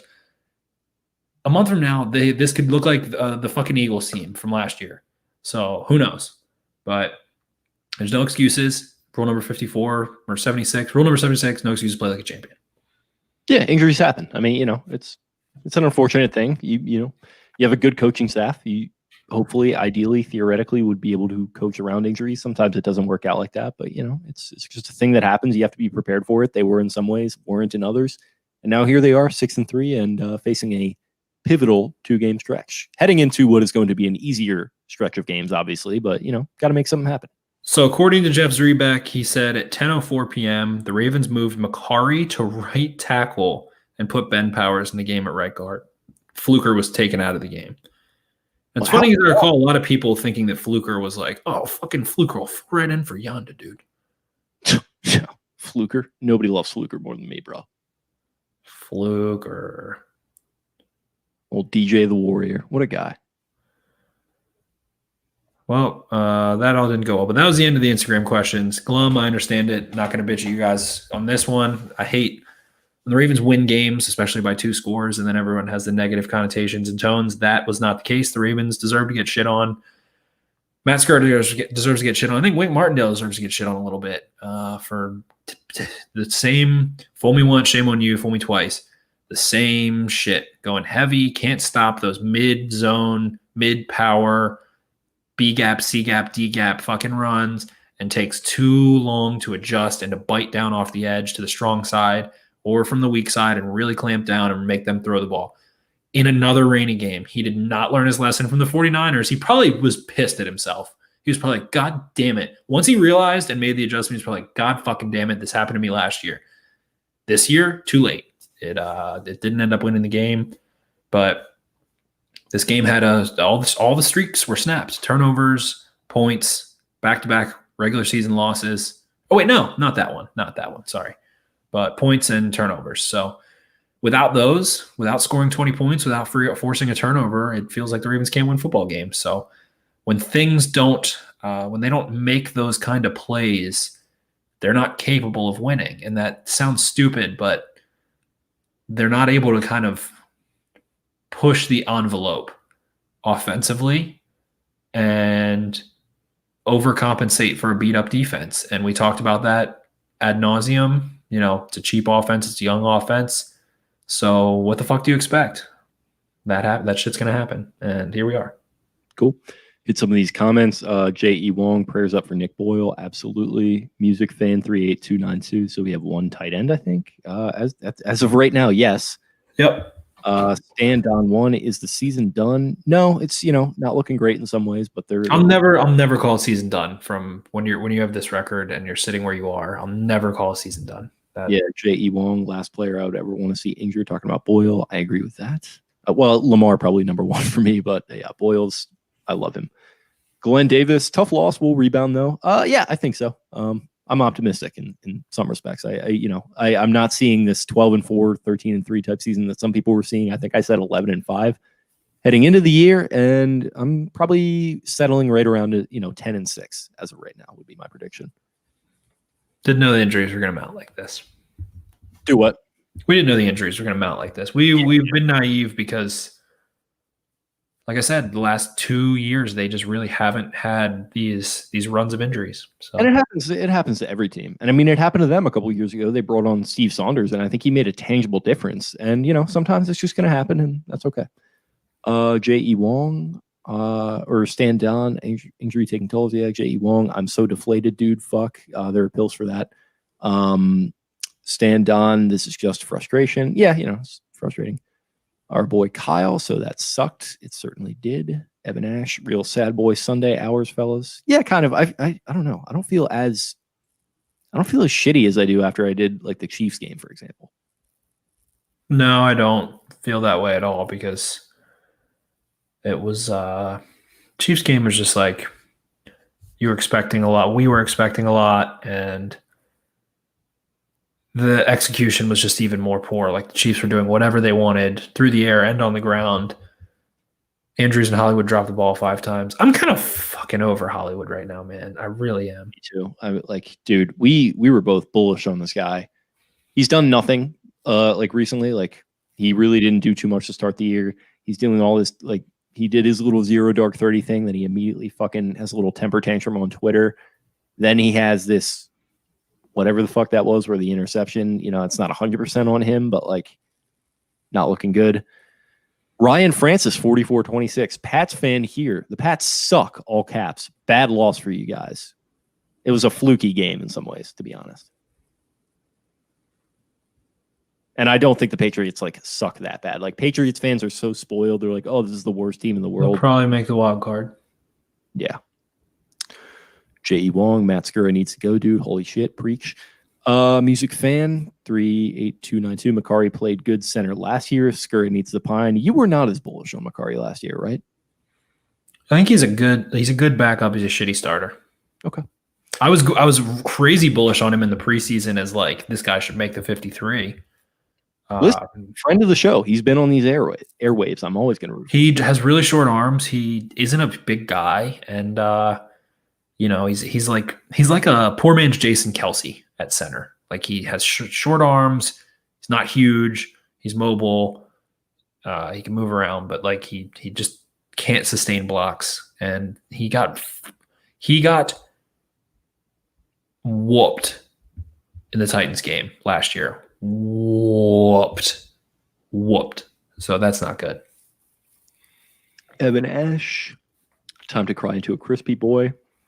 Been sipping on a little non-spawn, little Tito's, just polished the bottle off that I've had sitting in my house for like fucking months at this point. Jeez. No alcohol, so I was like, you know what, I'm just gonna drink the rest of this Tito's as we do the show. So that's my crispy boy. Supa 8. Lamar played very well. His entire team failed him. Yeah, he played well. He played well. Like, we don't have to cape for the guy at every single turn. We love him. He's our guy. Great quarterback. We can just leave it at that. We don't have to like hyper-analyze good and bad every single game. You know what I mean? Yeah, he played well. Ravens can kiss their chance at the AFC North goodbye from Julian Washington. Yeah, I agree. Yeah, at this point, it's done. For the AFC North, they need to win 3 games the rest of the year to probably get a wild card spot. So, Jags, Giants, Bengals, Cowboys. They'll probably lose to one of those teams. Lose at least a game to one of those teams. So You gotta think so, yeah. Dante Yates, how do we replace Nick Boyle's role? Is there an argument for, and this is me asking, is there an argument for getting Ricard going in the blocking game, and then maybe you do sign a Luke Wilson and like try to have him make up some of that receiving? You're obviously not getting everything that you got with Boyle, but like maybe try to like hybrid kind of mesh those two guys together. Sure, but it's just the same thing where you're like you're drowning and you're trying to tread water. So it's like bring them in, but at the end of the day, you're not going to be able to be effective at all. So you're going to need to tear out some pages of the playbook for the rest of the season, then shit that you kind of really rely on Boyle for, which is a lot. Like it really can't be overstated what he does for this offense. It really can't. In terms of being able to crash and combo, he works combo blocks like an offensive lineman and zone stuff. He is able to get out in space, come across as a split blocker. He's able to get out in front as a lead blocker on the perimeter. What he's able to do on screens, what he's able to do on outside run concepts, and just pin people and kind of seal. He does a lot for Lamar in the option game. He does a lot for Lamar in the option game. Like at this point, like for me, it's just a massive loss that they're not going to be able to replace this season, and I worry about his long-term future because that looks like a bad injury. I think he'll be okay. I think he'll be okay from the injury. It looked like it was ACL deal, and he's gonna have a road to recovery. But I think he'll be okay. Okay, I hope so. John Rossbach, win or lose tonight. It's all about how Lamar plays in the playoffs. Let's get there first, bud. Let's get there before we talk about that. What is Mercedes Lewis up to? Pass. J.E. Wong, you know what kind of respect Boyle has in the league when even the opponent is frantically signaling the sidelines to bring the medics on when he went down. I don't know if that was a respect thing or just like, oh shit, that dude's leg should not have been going in that direction. Let's get some card out here. Boyle is this is erroneous, but Boyle probably is like one of the most respected guys among players and coaches in the NFL that is like not talked about a ton. Yeah, that makes sense. I could see him like, but it doesn't have anything to do with the injury. Injured, he like sneaks onto like NFL top 100 at like 98 or whatever, and all the guys are like, yeah, this is the dude that like nobody talks about. Who's like a really good like blocking tight end, or he'll be like first 10 out or like last 10 out or something. They'll be, oh, Boyle got like some votes. Yeah, right. Honorable mention or whatever. Connor F. Doherty, who do you think will be saying tomorrow that the loss is on Lamar? I'm predicting Stephen A. Smith. I'm gonna go Kellerman. Kellerman for sure. He's the odds-on favorite. I don't even consider that to be like a human. Like he's not even a human. No, he's not. He's just a take machine. Like he's just doing his job. Whoever's saying that is just like, okay. Yeah, that's kind of where I'll I'm be at. like, and see Cam Newton. This is why Cam went to a Super Bowl. He won playoff games because he could do it, and he did it against the Ravens. Gaga googa, mama, feed me milk. Stick to boxing. Eric chimes in with can't keep losing yards on first down with the ball and Ingram's tum-tum. We already touched on that. Griffin. I like that I said tum-tum, and now I think like people are starting to say tum-tum. Both of you clowns are getting into the tum-tum game now. Griffin 040, not a bad game overall. Stupid little things killed us. Injuries, center penalties. Yeah, kind of where I'm at. Like frustrating in that sense, but like not a terrible game. They didn't get really super outplayed or anything like that. J.E. Wong, they've been snake bitten the last 2 weeks. For fuck's sake, I can't type. This dude is just all over the comments tonight. I love it. Dante Yates, looking forward to next week. Are you guys worried about Derrick Henry? As things stand, yes. I think they're probably. I don't want to speculate. I feel like they're going to get Brandon Williams back. That'll help a little bit, and LJ Fort hopefully, and that'll help. I think Campbell's probably going to be out, but he'll probably do some damage. Yeah, he'll do some damage. It doesn't even matter. It just is like you have to score more points, and if their offense is sputtering and like puts up 16 points or something, they'll probably lose. Eric Jacobs, Judon's personal foul is a joke. Yeah, it is. That was he shed Jacob. He literally put his arms out in front of him and shed a blocker as the guy was like catching the ball. Unnecessary fucking roughness. Like if they wanted to, the only thing they could have said is like pass interference or holding or something if the ball was not like there yet. And it was. So I don't like what the fuck do you These refs get together before the game and they're like, look out for Marcus Peters. This guy 99 is a hothead. Look out for him. They definitely do that. Like they definitely do because he's getting taken to the woodshed, and they are as a team with penalties. So did Peters. Peters won. Like I might be mistaken here. Please correct me if I'm wrong, but the personal foul that he got out of bounds, he like kind of guided the guy to the ground to like make sure that neither of them got hurt. And it was like out of bounds. Am I wrong about that? I'm not sure. He got a personal foul on like the Ravens like 12-yard line, and it moved the Patriots to like the 4 or 7 or something. And I like lose track. Like there's so fucking many of these personal fouls. It's costing them 15 yards at a clip. It's like, what the fuck? And then Deshaun Elliott had one. There's a third one. Like I think they had like 4 or 5. We fucking keep the goddamn laundry in our pockets for one fucking week. Like the Deshaun Elliott one was like, all right, yeah, he lowered to initiate contact. Like, we're not calling holding plays anymore. Like bull fucking shit, motherfucker. You're calling them on fucking Baltimore every goddamn week on offense, and it's absolutely fucking killing me because I was making that point early in the season that they're not calling it that much. And guess what, Jakey? You fucking clown. You absolute idiot. You cost your own team. You jinxed them because now they're getting called every week on offensive holding, and it's leaking into personal fouls. And it's just not it's a mega tough scene, as they might say. Mega tough scene. Drink every time Spenny says young, cheap offense. Sure. It's a young, cheap offense. It's a young, cheap offense. Troy Tipton, I know they're inexperienced when a team makes multiple mental mistakes multiple weeks in a row. That goes back to the coaches. What do you think about that? I think that they ask too much of their young, cheap offense. Sure. But at the same time, it's on defense too. Like we just rattled off how many penalties that they're getting. It was like, were any of them egregious? Like, was there anyone who was like, oh, what the fuck is Marcus Peters doing? What the fuck was Judon doing? Why did he do that? Oh my God, why did Deshaun Elliott do that? No, it was like, oh, what? Like, why are these all getting flagged? What the hell?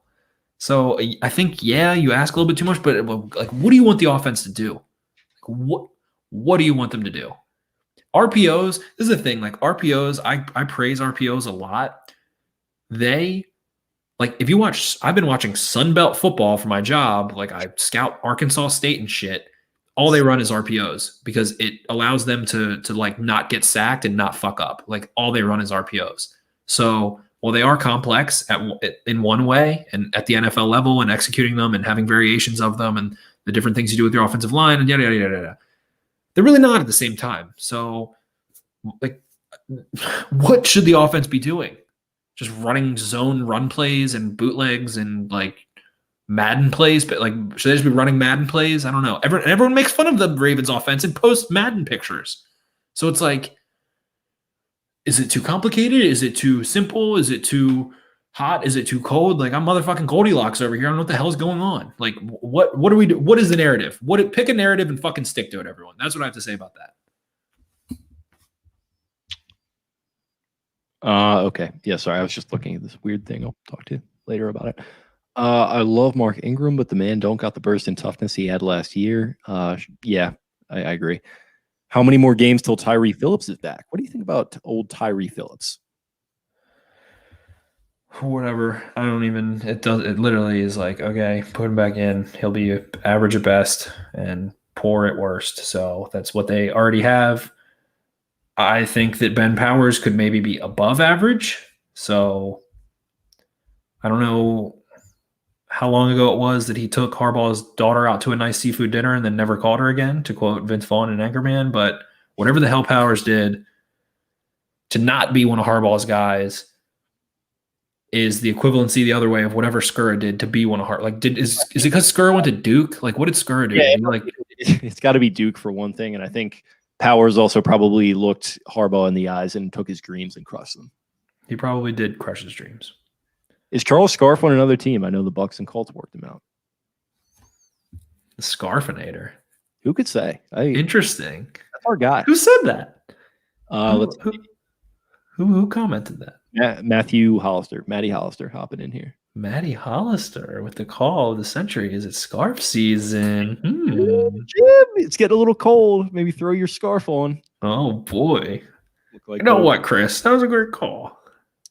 Al, let me tell you what. This guy Charles Scarf, he's a Delaware Blue Hen, coming out there in the same state general area of Joe Biden, and he's going to get out there, Al, and say, my fellow Americans, it's time to make some catches on third down and get this offense moving. Truly a great thing to see. I did a lot there. Charles Scarf season could be fun. He probably, I mean, again, another guy who's probably average at best, but I've just been on we love Charles Scarf here on this podcast. Adonis, like we saw him at those training camp practices, and it's like, dude, this guy is a fucking unit. Like, and he's good with the ball in his hands too. Pretty handsome too. Good looking guy. He's got the total package. Another guy you kind of sneaky look like a little bit, I feel like. Maybe. That's a little bit of a reach, but you sort of do. Khalif Muhammad, the silver lining in this patch of rough games is that it's giving Lamar a change to bounce back from adversity, as opposed to the last few years where the adversity comes in the last game of the season. Something you've kind of been saying a little bit. Big boy pants guy. What is going on? I think I know what you saw. Does it have to do with Skura? It does. Oh my God. What is that? Oh God. Hey, athletes, get off fucking social media. That's my thing. There's a popular Instagram account called Authentic Lamar that is like a Lamar fan account, and apparently Matt Skura DM'd this account and said, apologize for the poor performance. And Authentic Lamar said, it's all good, man. Everyone has a bad game. Well, it's really not all good. I don't understand. What the fuck? I don't know why that. I mean, the only comment I see under it is some random person. All right, time for me to log off. Yeah, it's very much a Baghdad Bob. Nothing to see here. Everything is positive. Like, fuck it. Oh, someone tried to shred me on Twitter. Let's see where they go. Really? I love it in the mud on Twitter. I gotta see this. No, someone really came for me. Claude Bellinger II, sick fucking name. At Ravens for Dummies, Captain Excuse for the Ravens, Captain Homer, Captain Excuse, Captain But. That's like I literally have been screaming on this podcast for the last hour and a half. I feel like that guy's like a regular listener to the show. Claude, the fuck, man. Come on, Claude, get it together. I'm captain. Let's not overreact when a team is high in the standings and shit. Oh, you know what's going to be fun is Ravens are going to be like 17 on power rankings now. That is going to be sick. Yeah, that's where I like them. That's where I like power rankings and the they're not going to be they're going to be like in the hunt graphics in like week 14 or whatever. In the hunt, Ravens, like the Brownies are going to get a couple weird wins and it's going to like come down to like the wild card. It's going to be sick. It's going to be sick. Troy Tipton, can we get push up the middle to trust running a QB sneak? Maybe not.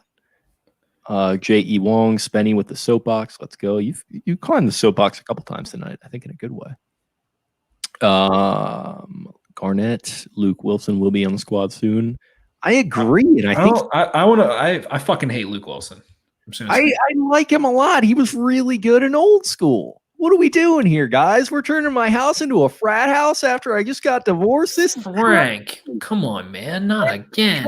You can't do that stuff, man. We're doing the KY Jelly wrestling match tonight. Come on, man. Snoop Dogg is my back. No, I'm not the one who says, wow, that's my brother. My brother says, wow, and my wife just had a gangbang with a donkey in my house. What's going on here, man? That's a great movie. I'll probably watch that when we're done. I actually might too. It's getting late early here. I might actually watch that tonight. You've been drinking vodka too, whatever the hell's going on over there. Yeah, Wearing camo, drinking vodka, doing Luke Wilson impressions. Welcome to 90 minutes into the Baltimore Beatdown podcast. Yeah, following a monsoon fucking loss to a below average team.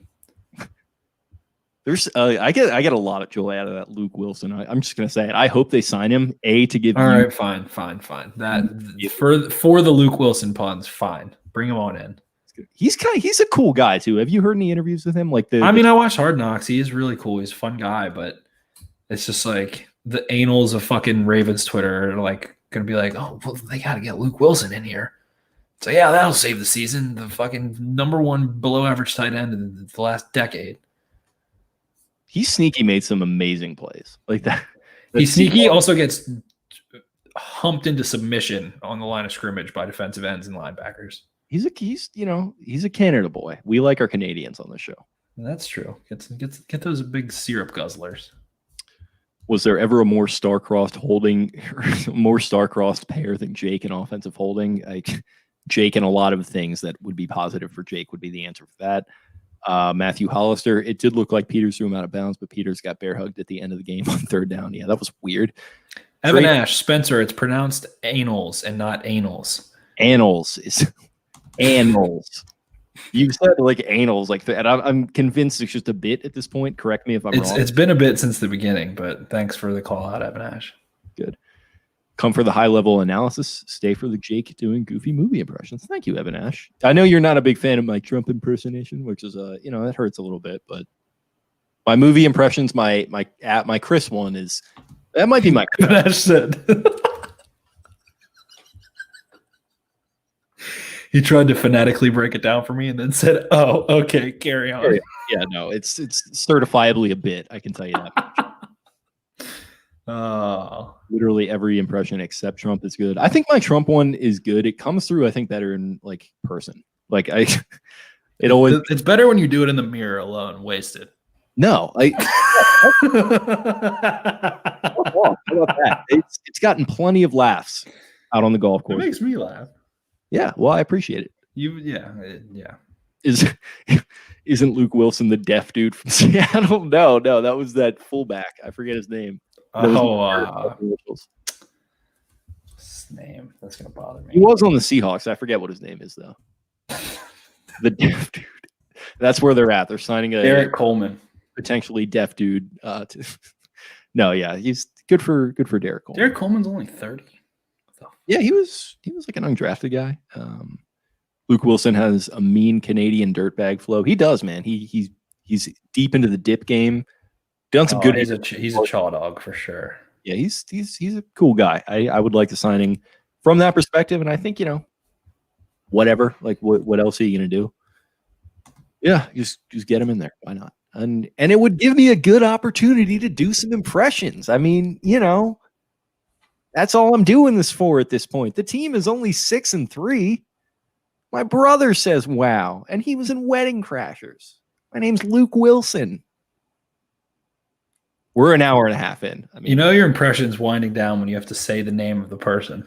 It's 1:16 a.m. So it's cut me a little bit of slack. I'm going to rewatch Old School and I'll come back in fresh. Let's end it. What's your panic alarm? Panic alarm. What is your scale of panic about this team right now? 1 to 10. Actually, let's do 1 to 5. 1 to 5. I'm gonna go with a 2. 2. I'm gonna go with a 3. I'm a little panicked.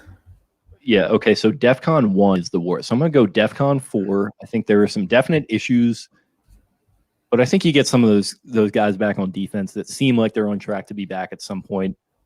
You get a win, one of two wins over the next 2 weeks. Yeah, I think you're set up fairly well to get to 10 wins down the stretch. So I'm going to go with the 2. Hopefully the injuries don't continue to cascade, but we've seen what happens. With the hope that it wouldn't, but who knows? They're a good team, not a great team. We need to throw that great team and worrying about the Chiefs and the Steelers. Like they're not on those teams' levels right now. Another beat up. Last couple comments before we get out of here. Fish Trainer Productions. Boyle injury is going to force the OC to scheme up plays for the wide receivers. So like the misconception there is that they're going to like go in the dirt and draw up new plays. Like no, they're actually just going to remove plays from the playbook or move plays from the call sheet and not call them anymore. And they're going to use shit that they already have and maybe add a couple more wrinkles onto it. There's not going to be like a revelation at this point in the season. They might, tinker with things slightly, but at the end of the day, they're going to keep having to execute what they installed. So it's kind of how it is. And then Ahmed RX, our last 5 games, the Ravens' last 5 games are cupcakes. We just have to split the next 2. They don't even have to split the next 2. They need to win 3 more games. There's a 7 seed. I'd say there's a 15% chance they go 9-7 and miss the playoffs. Like if they do end up 9-7, they do end up going 3-6. That they or 3 and 4. There we go. 3 and 4. They miss the playoffs, but I think if they go 3 and 4 over the final 7, they make the playoffs. I think that'll be enough. And you just got to get to the dance. That's all that's important. While we didn't see this injury bug coming, Jake and I we're on the same page that this was not a Super Bowl team yet. We didn't feel that way, but we thought it was a team that could take a step forward, win a playoff game, and feel a little bit better about itself moving into next season and put some finishing touches on. And I think that is not off the table, but it's a long shot to have this get your drinks ready, young, cheap offense able to do some things to compensate for what shortcomings they have on the other side of the ball due to injury and coaching staff and trust issues and whatever other compounded issues there are. So at this point, yeah, I think there's a little panic, but that's just the way you like it as a Ravens fan. Like, let's just say it. Yeah, a little bloody, a little bruised, a little tattered. Like if you're not like sitting disrespected, heading into like your Thanksgiving break or whatever, like worrying about the fact that the team is like maybe a game or 2 over 500, like shit, are they going to make the playoffs? Like playing out scenarios like of who they can win against and then who needs to lose and who needs to win and lose and, what the seeding will end up being, who has the tiebreaker and all that shit. That's far too familiar. Yeah, and like my like asshole friend that's from like Timonium but grew up a Patriots fan because he's got like a cousin from New England, but he actually just wanted to root for the Patriots. Like I'm gonna have to fucking deal with this guy's shit, and like you're gonna have. Is that a real person or is that made up? I like there are versions of throughout my life that have existed. Like there have been plenty of people. Like I had a cousin who grew up a Steelers fan who was just a Steelers fan. He didn't even have an excuse. He's like, no, I just wanted to root for them. I've had plenty of friends that were like Patriots fans and stuff. It's just, it's the way it is. Everyone's got at least one friend that's just got to be the asshole and like got to root for like a team from out of town. Maybe you don't. I don't know. Matt Skura should apologize to us, not Lamar for getting out. Wait, yeah. What is that? Like, what is that shit? What the fuck is going on with these players? Like, you got Hollywood going 0 dark 30-23 and then fucking tweeting about his soldiers and then playing like dick over the next couple of games. And then you got this whole thing. It's weird. It's weird. So okay, we've gone a little long. I think it's time for the wrap signal here. Oh my god! I just got the end zone angle of the Skura of the Wildcat snap, and holy shit, it was a knuckleball. Ingram did a great job, honestly. To fall, yeah, he fell on it. I mean, like shit. What else are you gonna do? All right. Well, running on an hour and 40 here, so appreciate everyone tuning in. And if you listened this long, you were an absolute soldier, and we do not use that word lightly. They are where they are. They're 6-3. Going to see what happens next week. Got the Titans coming to town, so that's going to be a fun one. But we will have a preview of that game up later in the week. In the meantime, if you liked what you heard and you have not already, please subscribe to the show. Leave us a nice 5-star rating. Follow us on social media. You can find the show on Twitter at Podcast Beatdown. You can follow me at Jake Luke. That is LOUQUE. Follow Spencer at Ravens4Dummies. That's the number 4 in the middle there. And follow the main account at Be More Beatdown. Appreciate you guys tuning in for this long episode. It's been a grind of a season. We're a little over halfway through it. We're going to see what happens down the stretch, but we're going to be here no matter what, and just having fun doing our weird, stupid impressions and whatever the fuck else. Just, having a good time. So appreciate it. Hope you guys have yourselves a great week, and we'll talk to you again very soon. Bye-bye. Peace.